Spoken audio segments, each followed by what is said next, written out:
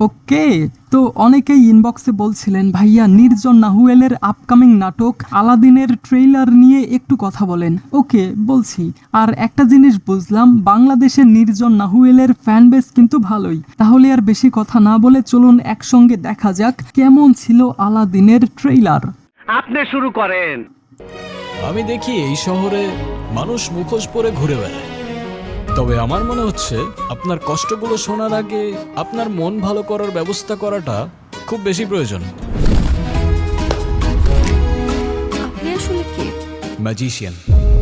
আমার জীবন থেকে ম্যাজিক করে সব প্রবলেমগুলো সলভ করে দিতে পারবে? সলভ করে তো দিতে পারবো না, কিন্তু ভুলিয়ে দিতে পারবো।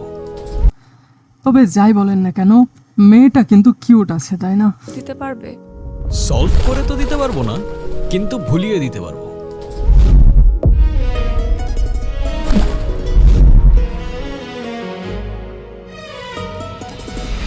তোর বাবা এই ছেলেটাকে তোর জন্য পছন্দ করছে, তুই কালকে এই ছেলেটার সাথে দেখা করতে যাবি। হাই, আমি রনি।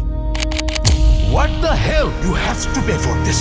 ভালো ছেলে কেটে পড়ো বাবা, আমাদের বোঝাপড়া এই মেয়ের সাথে।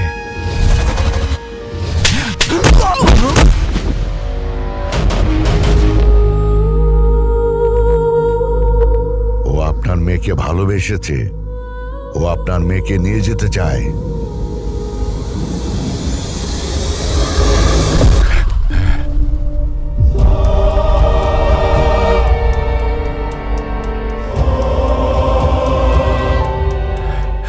কে তুমি?